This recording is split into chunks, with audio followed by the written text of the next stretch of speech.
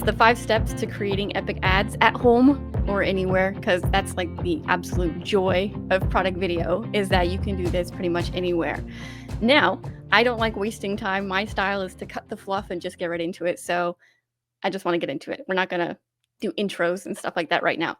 So I believe that if you're creating intentionally, you can create amazing work. Now, how do you create intentionally? Well, we're going to cover that. That's what some of these 5 steps are all about. But I don't know, everything's just really exciting here. So let's get into it. So, product video, there's a goal here. And the main goal is to be visually entertaining. Now, if you think about it, when you're coming across a video on TikTok, Instagram, you name it, you want it to catch your eye. You want it to be interesting. But second, and most importantly, is you want it to connect with you and to compel the audience, the viewer, to do something. If it's not connecting and compelling and especially visually entertaining or interesting, it's not much of a video, especially a product video. Product video is a unique form and you need to do these things. So the biggest thing is to make people care. It's something I say all the time. It's my approach to when I'm watching something. I'm basically saying, make me care about this thing that you're showing me. I think all of us feel that way. Most audiences, most people coming across something, they're saying this in their head. They're saying, make me care. And unfortunately, you only have 3 to 5 seconds to make someone care. And that is not a very long time. It keeps getting shorter and shorter. Sometimes it's even less depending on the platform. So if you're making ads, doesn't matter if you're, making them home or professionally somewhere else, you only have so long to capture someone's attention. And the question is, how do you do that?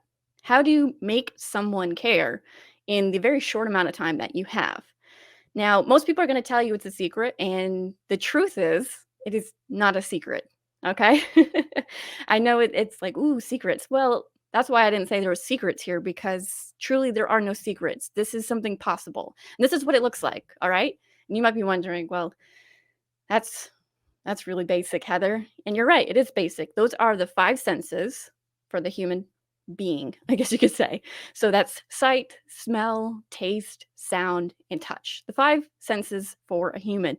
Humans use these senses to understand and interact with the world. In fact, we use these senses to better understand things that we're experiencing. So we experience something when we see, touch, taste, hear, and smell it. And therefore, we feel we come to understand it. So to give you an example so that it doesn't sound like a bunch of words, and also I do know I move really fast. So once again, there is a replay if I'm moving way too quickly for you. But these 5 senses, here's an example. When you smell something, the differences between skunk spray and an apple pie, vastly different. And your understanding them are so much more different because when you experience the smell of an apple pie, you have happy feelings, you have enjoyment, you have maybe mouth-watering type capabilities where you really want that. As soon as you smell it, you want that. You smell a skunk, you do not have any of those same reactions. You don't have any of those same emotions towards it. In fact, you really don't like it. You want to get away from it. And going back to this, how we better understand something is when we've experienced it, we feel like we know it. We know the difference between a skunk and an apple pie because we smelt it, and one is very unpleasant and one is very pleasant. It's a very basic concept. Unfortunately, there is one missing from this little diagram. And you might be wondering, that sounds suspicious. That sounds a little crazy. It is a little crazy. The one that's missing is emotion. All right. And emotion is not a sense, let's be honest, but it's used as if it were one of our senses. And just to kind of show this to you in a way that might make more sense, here's a quote from Robert Vallée. It says, "The human heart feels things that the eye cannot see and knows what the mind cannot understand." I'm going to read it again just so that it settles in. The human heart feels things that the eye cannot see and knows what the mind cannot understand. He was a psychology professor, so I assume he knows a thing or two about how our brains work. And I feel like this is very accurate to what we're talking about, that emotions compel, they connect, and they convince us to do all sorts of crazy things sometimes, good things and bad things. Emotions create urgency, they cause reactions, and sometimes help and sometimes don't help us to make decisions. So, for instance, if somebody lives their life and makes a lot of decisions based off of fear. You've all maybe heard of FOMO, the fear of missing out. That's what that stands for.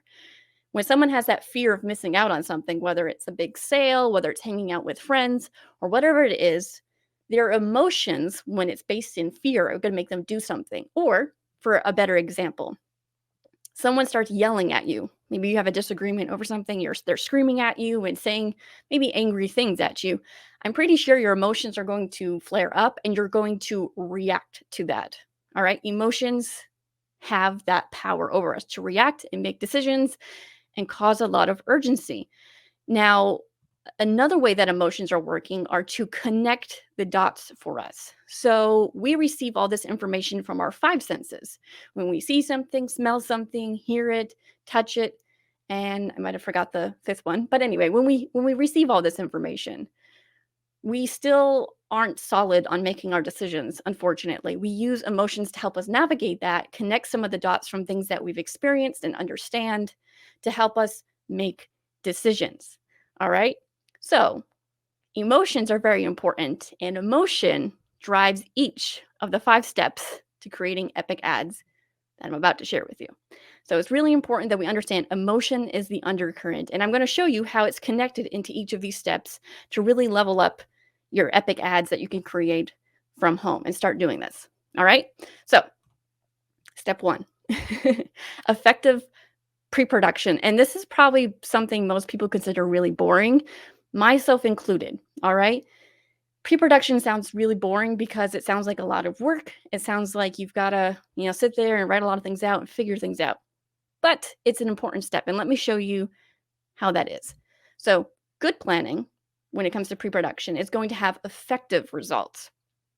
If you don't have a plan and a goal in mind, it's a really good chance that you're going to miss any sort of mark because you don't even have a mark to hit in the first place. All right. So we need to have a good plan. Now, I'm going to jump over and just tell you that resources for planning do not have to be confusing. Most people think they've got to have some sort of fancy way of doing this. There is no fancy secret. All right. I myself love to grab a pen and piece of paper. So that might be your first go-to. That's my first go-to. And you just start jotting things down. I'm going to tell you what you're going to jot down in just a second. But that's what you're going to do. Start jotting things down there if you need to, want to, or you could do everything on pen and paper. I also like to take it from pen and paper, move it into my notes app, or do some sort of sketching, maybe on my iPad or whatever. It depends on what's nearby, right? But then some free options here. Sometimes I use Canva. That's a place that you can use that's free. That's a great resource. And then there's Milanote. Both of these have free versions of these softwares that you can use to really organize your pre-production process. So I personally have been lately trying out and using Milanote, their free kind of software, and it's actually been really great. It's very organized, has templates and stuff to use. So this has just been really helpful for getting some effective pre-production. Now, there are 4 key stages of pre-production that you got to keep in mind. All right. And if you don't hit all of these, you might be missing a crucial step to having a video that performs well in the end, which we're going to travel through all of that today. All right. So, of the 4 key stages of pre-production, the first one is data research. Most people probably don't think of data research. Some might, some don't. I used to not think about it too much, and it's so crucial. It's leading. So some of the things you might do in data research are finding the color palette, the branding behind the product you've picked out to make a video on, or you're working with a client on, knowing the target audience. Who is that target audience? How old? How young? What do they say? What do they like? What do they don't like? The messaging. How do you formulate the words that the target audience actually understands, agrees with, aligns with, and makes sense? All right, you got to have all of these figured out in the long run. So whether you're doing an ad just from something to get practice or whether you're working with a client, data research is integral. You need to keep it organized. Find the top 3 colors that the brand use, put that in your data research area, organize it. Use one of these programs if you don't have one, all right? Second stage is inspiration. This is where you go and get ideas, unless you already have ideas, and then you jot your ideas down. You're thinking of visual effects that you can do, whether that's crazy transitions or maybe that's just the actual, like, what's taking place in the scene. or there's design and props involved that you want to creatively work with, you've got a great idea about. And here's the thing with ideas. Some people think, oh, I don't have original ideas. Well, here's the thing. Original is not what you're going for. It's fine to copy and borrow from other people, but do it with style, do it with class. Don't just rip them off and do it exactly the way they do it. Take the principles, take some of the examples they have and use them, and then put your own flair to them if you'd like. It might be better. But if you're in the learning process, don't worry about this too much. All right. So, inspiration, stage 2 of pre production. Stage 3, storyboarding. Something that some people really are scared of because they think, I'm not an artist. I can't I can't draw anything. Well, the point of a storyboard is that it's an organized visual representation of each shot in the video. So it's trying to give you like a little snapshot, a little picture, if you would, of just what you need. Like, where is the product sitting? What kind of camera movement maybe are you trying to do? What's the visual effect you're going for? Doesn't have to be perfect, but it's best to take that idea and put it on paper now. You're trying to do each shot. So, opening shot, sketch it out real quick. Do the next shots, get the end shot. You're putting them in a row so that you can look at it and see where the gaps are, where it's not working with all the data research and inspiration you've already done. It has to have a good story to it, of course. So this helps you just to see it all. Gets a nice layout and an overview, right? That's storyboarding. And don't skip it. Coming from experience, I've skipped it a long time ago. It's a bad idea. Don't do it. All right. Fourth one is a production list. This is pretty straightforward, but most people might not think to do it. It's a list of all the needed supplies and gear. This could be anything, all right? It might be the props you need to get or the specific gear you're going to use. Write it down just to be sure that you don't forget to grab it in case you're not doing it at home. Maybe you're going somewhere else for this one, or maybe you're going outside. Who knows? All right, so those are the 4 key stages of pre-production. Now, pre-production, how it translates to what we've talked about before with emotion and our 5 senses, is that pre-production focuses on the emotional side and the rational side. And I know that's not one of the senses here, but think about this. If something is just completely logical, people are not going to connect with it as much. There's no emotion in it. Therefore, there's no urgency. There's no connection. There's no reaction. You want people to do something after they've watched the video, most likely, especially if you're working with a client. You want them to do something, some sort of call to action. People are not going to get there just based on rationale or logic. There needs to be emotion. So I've said 50% here, but that's not always accurate. Maybe you're going to make a video that leans more heavy in the emotional side and less in the rational side. But the thing is, you need to have both. You need to have a good amount of both of these. Otherwise, it will not make sense logically and or will not connect if there's not enough emotion in it. So you need a little bit of both. All right. With pre-production, that's what you're hitting on. That's what you're going after. Now we're going to talk about step 2, because we've covered pre-production. We have a good idea what we're doing. We know where we're going, and that's really important. We can have more effective results. But lighting. Lighting is so important. It's often overlooked, unfortunately. People don't understand that without light, you can't see anything. So let me tell you a quick story. I went cave spelunking a few years ago on vacation. I highly recommend it. It was so much fun. And we're in this pitch dark cave in the middle of this tunnel somewhere. And they said, hey, we want to show you all how dark it is. Turn your headlamps off. So we all turn our headlamps off and we sit there in silence in this pitch dark cave, knowing that there are several areas where if you were to just walk around, you'd fall off into this cavern and basically die. Okay. So it's really scary. And they said, just turn off your lamps. And we did. And I cannot tell you how surprising it is that how dark it is in there. You put your hand in front of your face, you're doing this, you're like almost touching your eye and you can't see anything. And it's really off-putting. And the thing is, a camera sensor, the picture we're seeing right here is a camera sensor. A camera sensor works much like our own eyes. It's one job is to interpret light. Without light, it's not really seeing anything. It doesn't have anything to show. In fact, this is what it looks like without light. This is what your camera sees without light. This is what your eye sees without light. All right? Proof, because I was in a cave. But this is what it looks like with light. All right? With good light, of course. We're going to get into this part. Good lighting. Because you could just take a light and shine it in a room and you'll see stuff. But if you want, things to look good, that's a different story. So let's get into that part because good lighting can make a good product, one that looks really cool, look better. Like, wow, right? Bad lighting can make a good product, the same product even, and make it look really boring or bad or gross. All right? So this is the secret with lighting is that you need to know how to do the right things to get good results. Let me give you an example of good and bad lighting. Bad lighting on the left. I don't know about you, that looks like cough syrup to me. It is kind of unappealing. And the one on the right, that's some good lighting going on there. All right. And the funny thing is that what's going on here is not that much different. It's just knowing how to use the light, where to place it, and the quality of that light. That's how you're going to get really good results with lighting. All right. It's placement, where you angle it at the product, and the quality. Quality refers to how hard, soft, bright, or dim it is. That's quality. All right. So, for instance, both of these have the same amount of lights. They both have two lights going on. They both have the exact same backlight. You can see the little, shiny part on the edge there that it's pointing to. That's the backlight, same exact one for both of these shots.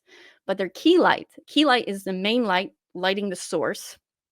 That key light is different. The one on the left for the bad lighting example is using a hard light source. There's no diffusion, nothing softening it. So it's just very like bam at it. And it's just, that's not attractive. Also, it's distracting. If you notice how that line is cutting right through some of the information, we can't read it now. And then the light is so focused on hitting that product, it's just hitting it face on, that it's making it really flat. In the background, it just looks like mud. And then on the right side, we have the same exact backlight doing the same exact thing. So we got that one right, okay? But the key light is utterly different. This is what's going on with the key light, all right? It's a soft key light, so no hard light, no hitting it hard. It's got soft key light. It's taking a very bright light source and diffusing it by putting a softbox on the light. And then I did double diffusion for this one. That is a shower curtain. All right, dollar store shower curtain.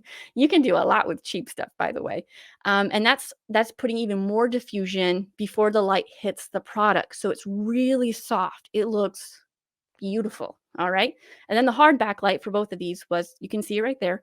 It's got a snoot on it. That's like that little cone looking thing, and it has a little grid on it just to keep it really focused on the edge of the product. I didn't want it spilling all over the product, just to remind you what it looks like, okay?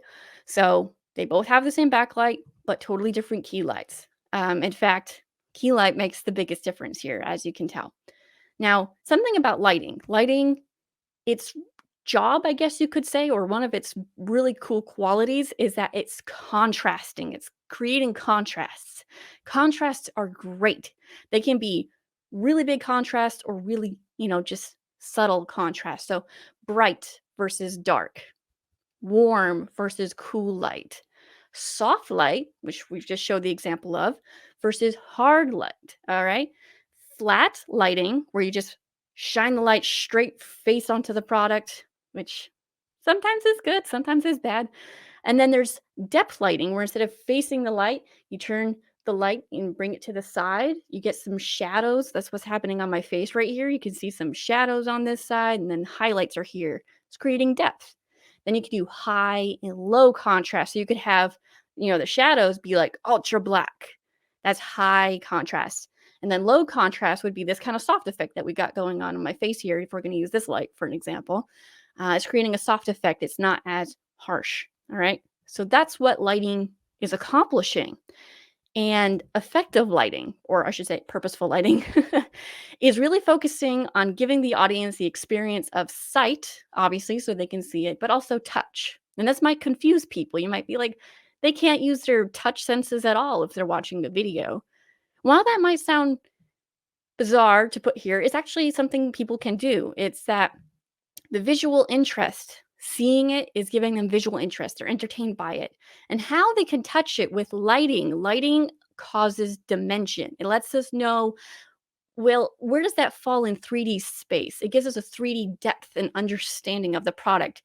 And it allows us to build like a little model of it in our head. And suddenly we can feel like we're I should say picking it up and examining it for ourselves. It's like online shopping when there's actually images of the product and they're good images. You're like, oh man, yeah, those are the exact dimensions. It looks like it's gonna be the right shape and the right everything. It's perfect. And hopefully when you receive it's the right in the same exact way. So when there's good 3D depth going on with lighting and stuff like that, you're allowing the person to build the image and feel like they can touch it, which is part of the experience. If you can give them a good experience, giving them good purposeful lighting, they're going to feel like they've touched it and they've seen it. And seeing is feeling sometimes, all right? You got to see it and feel it at the same exact time. So that's what purposeful lighting is really working on. I would love to talk more about lighting. I'm so passionate about lighting. I talk about lighting so much on my channel. Lighting makes the biggest difference in any video, product video, or just this type of talking type of video. Okay. So unfortunately, I can't talk more about it. We've got to keep going. I've already talked for quite a bit. But if you want to, the YouTube channel is where you're going to find all that cool stuff. Okay. Next step. Next step is creative formation.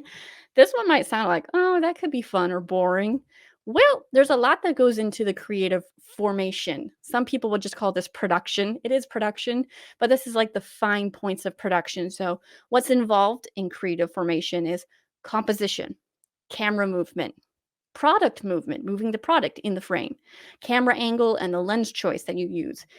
All these things come together and they make your image look good, look right. All right.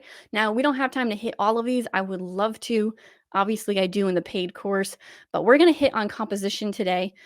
Composition, let me just read this. Composition refers to how the elements on screen, this is actors, the scenery, props, product, and so on, appear in respect to each other and within the frame itself. That just sounds so complicated, doesn't it? So I'm going to boil this down and simplify it in terms that I would use. Composition shows us what's important without distractions while making it all feel right to our mind, our eyes, and our heart or our emotions. So when we look at something and you're like, oh, that just looks beautiful. That's perfect. It looks good. It's right. Well, that's good composition going on right there. All right. So let's talk about how this is working for us. All right, it's giving us composition. Good composition is giving us an ability to obviously see better and also touch it in our mind, like we're 3D dimensions. It allows us to see it like, oh, okay, this makes sense because it's formatted properly, I guess you could say.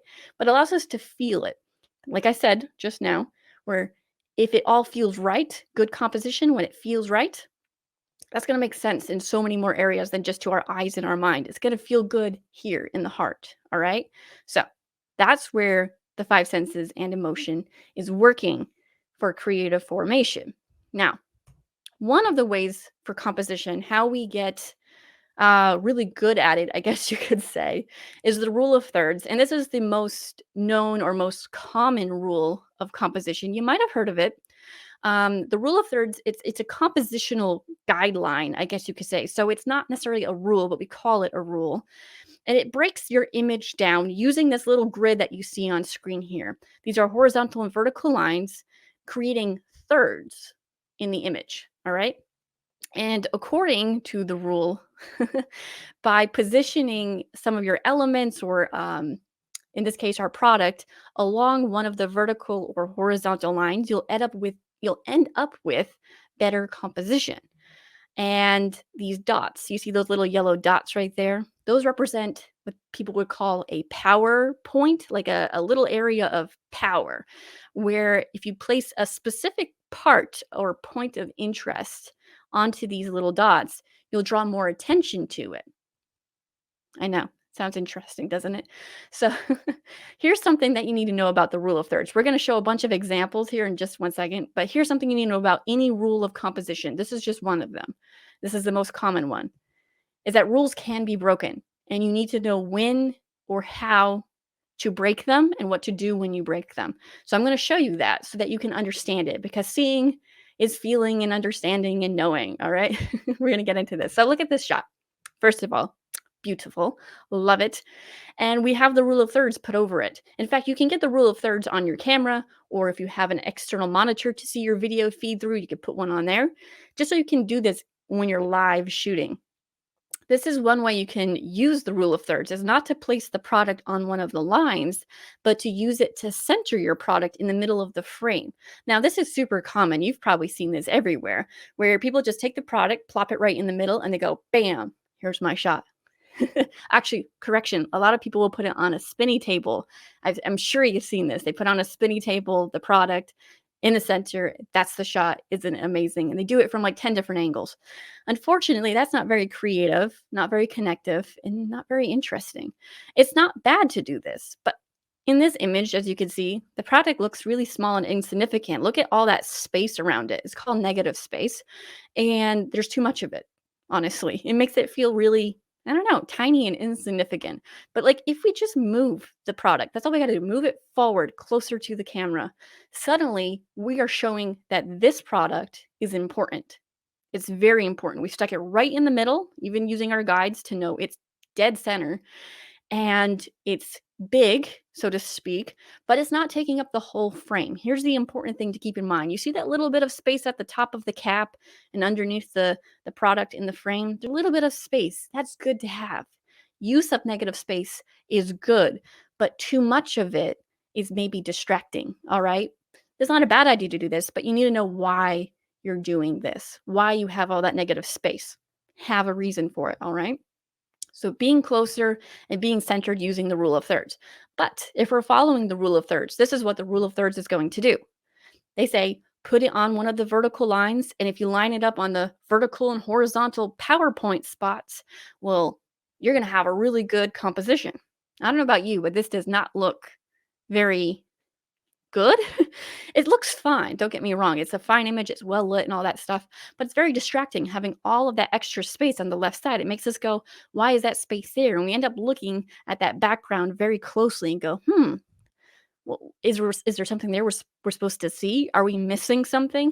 We are missing something, and that is called balance. Balance is another type of composition. It involves arranging the positive elements and negative space in such a way that not one area of the design or overall shot is overpowering the other areas. So, as of right now, we have too much negative space and it's really distracting.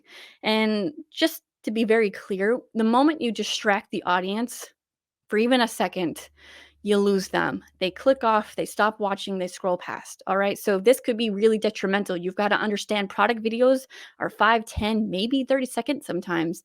You don't have the ability, you just don't have that much to sacrifice. Okay. You can't sacrifice this. So if it comes down to negative space being the one thing that distracts somebody, that's bad. We don't want that. Look at all this negative space. What do we do with it? Well, our first thought might be to fill it with something. What do we fill it with? Well, we could throw another product in there of the same exact type, but then maybe that just doesn't make sense. Maybe we didn't want that. So we just take something else that we throw it there. We're like, yes, look at this wooden bowl. Throw that in there. It doesn't look terrible. Now we've got this negative space thing figured out. It's making a lot more sense because there's something at least there. But now it still makes no sense because we have no context for why that wooden bowl is there. And this just naturally leads us to step 4. That's visual storytelling. This is my favorite thing to do. All right, so let's get into this one. Visual storytelling. Okay, so currently right now our shot is this. We've fixed the negative space. It's composed and balanced. Check. As far as emotionally driven, no. As far as making any logical sense or having any context, no. It's just a wooden bowl sitting there. And unfortunately, that's confusing. And when we confuse people, that's just not going to work. They're going to check out real quick. So, what we're going to do, how we drive emotion and make sense of this filling up negative space is using something that I like to call emotional elements. Emotional elements. Let me give you some examples. So, water drops. Water drops on a product can show that it's a cold beverage, maybe, and it's condensation's gathering because the room is warm and the drink is cold. Now we know that that thing is cold. We could use fog or smoke to kind of give an idea of maybe the environment or just kind of a mood or like it's emotional tying right there, and or an effect that shows that something is hot or something is cold. We can use food accents. Maybe something's made out of almonds or some sort of other thing, fruit or whatever. We can use these elements that we find, mint leaves, floral, food, you name it. We can bring these elements in, and suddenly it can make more sense, emotionally speaking, when we look at something. I'll show you in just a second. And then there's also material textures. Textures are a wonderful thing to include, especially when you've got really good lighting going on, because what happens is people can look at those textures and get an idea of like, oh my, there's so many things going on. You know, when you can feel something that, I don't know if you're a texture person, you feel it and you're like, oh, this just feels so silky smooth. If it's a ribbon or if it's rough, you're like, ooh, you get different emotions when you feel something. So as much as we can bring these elements in, whether they're textures or condensation, fog, smoke, food, fruit, floral, whatever it is you can think of, these are just some examples.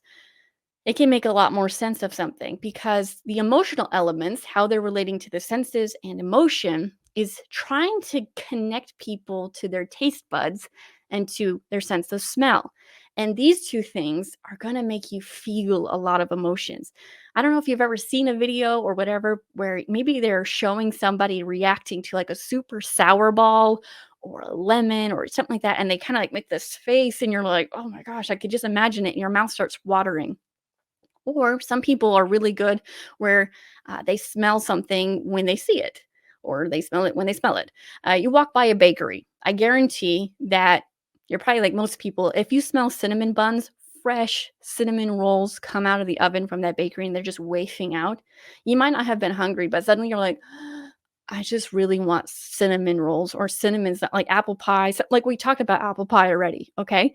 The sense of smell and the sense of taste are so powerful. I sometimes can smell what my great grandmother's house smelled like, and it just brings back so many memories. And memories are a direct link to our emotions. All right. Something smells like grandma. Maybe you like it and maybe you want it. I don't know what that might be. I think it was laundry soap, to be quite honest. That's a side note. So going back to our example, we fill negative space, we're doing good things. Let's use emotional elements. Let's tie this thing together. Let's start making some sense of it at least so that it looks a lot better than it currently is. So let's add a food, a dish. Let's make a dish out of this because granola, blueberries, maybe some mint leaves for effective color, or maybe people like the taste. We can imagine this being made with this honey. Suddenly, not only do we just have a product, but we have an understanding of what this product can be used for, what can be done with it. And now we have something to look at that's like texture heaven, and it's like taste bud savory, and it's just good. Okay. And the shot just looks really balanced now because the bowl has meaning. It has purpose. It has context now. Now it's not just some weird thing just sitting there. Now it's like, oh, this makes total sense. This is somebody about ready to make a meal, or they just made it and they just happen to be really good at taking a picture. Well, in this case, it's a video, but the idea is there. And we can even go a step further. We could do this. All right. The scattering of a messy person. This is probably what most of us would look like if we made something. There's going to be granola everywhere, blueberries everywhere. And just think about this in a video context where maybe those blueberries are rolling into the frame as you're pushing in on the shot and the product moves in, or they're falling down and they're kind of crumbling as they hit the countertop or whatever. You can get really creative with this because what these emotional elements are doing is giving us something to connect with. And in this case, in particular, it's food. People are really good at craving food, and you can make them care, but you could also make them crave. And craving is a highly emotionally driven thing. And honestly, it just looks really good. Now, there is one problem here. We can suddenly have so many emotional elements, all right? Say we went overboard. Say we put a spoon in there and we brought in a plant and we threw other things in the background and we just filled this frame. Suddenly we have way too much going on compositionally. It's just too much to take.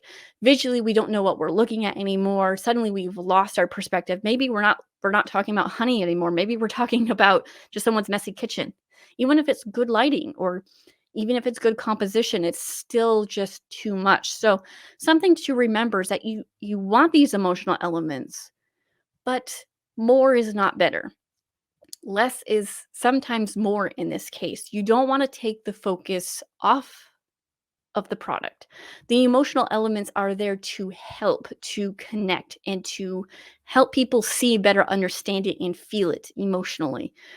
But you don't want to overdo it. Like we said before at the start, if there's too much emotion and there's not much rational or connection in that sense, in that department of it just looks and feels and makes sense over here, then it's imbalanced. And we're striving to make things balanced. Okay? So look at this. We're right on time. I'm excited for this. We've got one more step. I feel like I've just powered through this. I'm hoping y'all enjoying it. I'm enjoying it. Step 5, powerful editing. It's the final step. Some people are really good at editing, some people maybe not. And editing comes down to your program. Now, of course, these are the 3 most common ones. Maybe you already have one, probably you're pro at editing. I don't know. You can let me know. But there's Final Cut Pro, DaVinci Resolve, and Premiere Pro. These are common ones. I mean, there's plenty of other ones out there, basic and very advanced too. But for the most part, which one you're choosing is going to help you do some pretty cool things when it comes to product video. And I will explain this real quick. But first, this is what it looks like just to have these. All right. Final Cut Pro is Apple only, it works on Macs only. It's a $300 one time payment. Okay, that's fine. DaVinci Resolve is free. There is a paid version, but it pretty much has the same exact things as the free version, and it works on both Macs and PCs. So that's great. Then we have Premiere Pro, which can work on Mac or PC, and it's $240, but annually. You got to pay every single year for it. The reason why I bring this up is because you might look at them being like, okay, maybe they're all equal. Well, clearly they're not all equal. But secondly, Final Cut is is a Mac only, is an Apple product. So it's more simplified and user friendly, and it has some advanced features, but definitely not all of them that DaVinci and Premiere Pro have. All right, you can definitely make some great stuff in it. I'm a 10-year veteran of Final Cut Pro, and I love it. However, it doesn't do everything I need. I actually use DaVinci Resolve to do a lot of my product video stuff, not only because I shoot on a 6K Pro over there, and that's the editing program for it, but because it's really powerful for color and it's powerful for wire removal and other such amazing advanced features that you can do that Final Cut doesn't have. And Premiere Pro actually has some of these as well. Unfortunately, you got to pay annually, and some people have issues with it crashing all the time.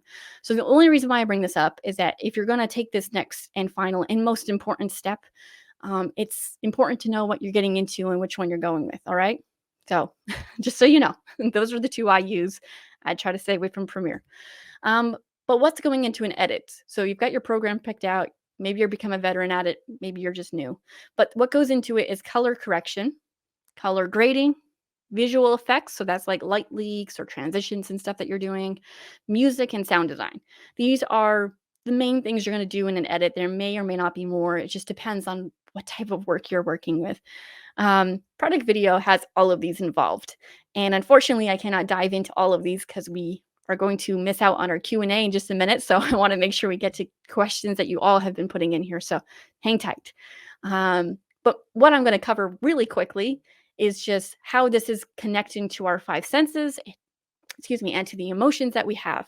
So powerful editing is focusing on, of course, letting people see it. That's what editing is really best at, is bringing it visually all together, making it look epic and cool, and which of course connects us to how we might feel about it. But more so, it's giving us a hearing experience, allowing us to hear and feel emotion that way. And the way that we're going to connect feelings when it comes to editing beyond the visual is through music and sound design.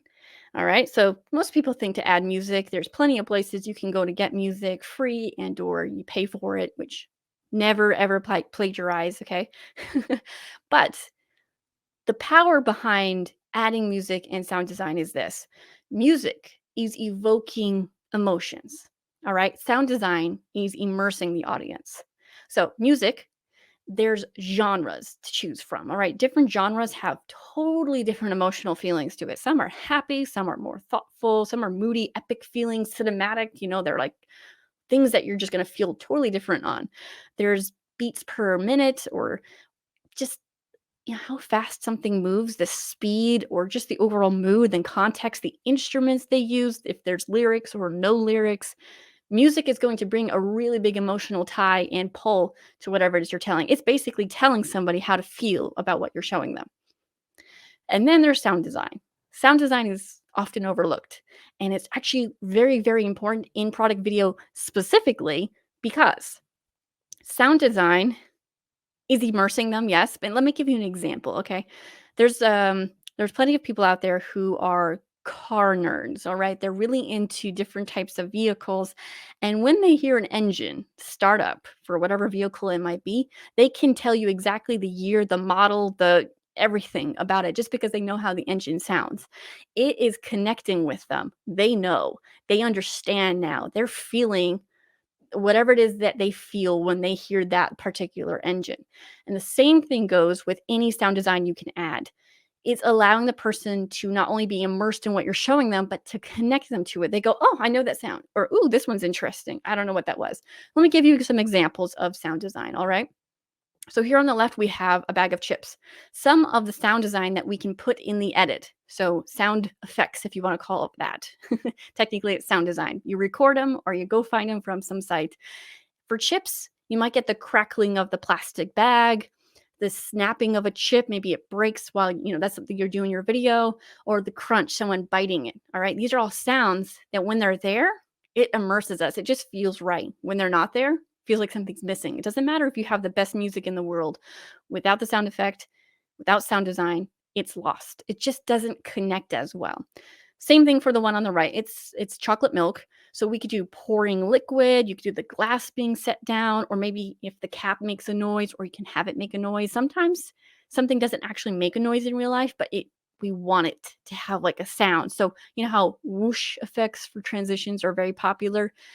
Technically, that wouldn't normally maybe make a noise, but you can do a whip sort of sound or a whoosh sort of sound. All right. There's there's a lot of things you can do that aren't actual sounds you'll hear, but it's a great place to start from with what you'll actually hear. Just another example, real quick. We have a chocolate bar. You could do the whole wrapper tearing off. You can have ambient noise. You could do the chocolate bar maybe snapping in half if you show that. The one on the right, it's a fizzy health sort of drink. And so what you can kind of I'll say visualize in your head is like, well, there's a lot of things we could do. There's I got a lot of fog coming out of the back of this one. Actually, it's a smoke grenade. But you could do the whole of when the can opens, and then you could do the when the liquid's coming out and pouring into some sort of can. I'm not very good at sound effects with my mouth, obviously. You could also do the fizz sort of sound and get that going. There's just a lot of things that you can do to immerse people. And that's what you're doing with sound design. That's the important part of editing. And that's how you make it powerful. That's how you take everything you did in pre-production, all the work you put into your lighting, making it purposeful and driven, emotionally connecting people in composition, and then taking the time to add emotional elements. It's all lost if you can't figure out how to connect and make that one final piece work, which is the powerful edit, getting the edit to come together. It's important. I would love to actually let you listen to these because that would just make more sense of it for you. So actually, they're on my website, fellowfilmmakercourses.com. They're right at the top there. You see that little image, see those two icons? That's the chocolate bar one, and that's the health fizzy drink. And those are just two things you could go listen to afterwards. That way you can hear it for yourself. Just like, oh yeah, music is great. But like when there's just a little bit of those sound effects in there, sound design, they do not need to be loud. Don't overdo it. Just nice and subtle. Make it connect. That's most important. All right. So those are the 5 steps to creating epic ads at home or anywhere. And I say that because you don't need fancy stuff. I showed you how just a shower curtain with lighting is powerful. You can do this in your home. It's what I've been doing and have done and do. You could take it other places. You could do it in your office. I do it in my office. Okay. So it goes anywhere. And this concludes our little presentation. We're going to jump right into some Q&A. But if you want to learn more about the course that I have, which is Product Video Pro, it's going to teach you how to be a professional in shooting product video. So everything I wasn't able to show you and answer today, because there's so many questions and so many little areas where you're like, how do I do this? Or I need some inspiration. That's what the course is about. It's teaching you, bringing you to a professional level, whether you know nothing or whether you know something. There's something to learn there. So check it out. That's the website right there. Or you can just connect with me. If you got questions, you're always welcome to reach out. I love helping people. It's one of my favorite things to do.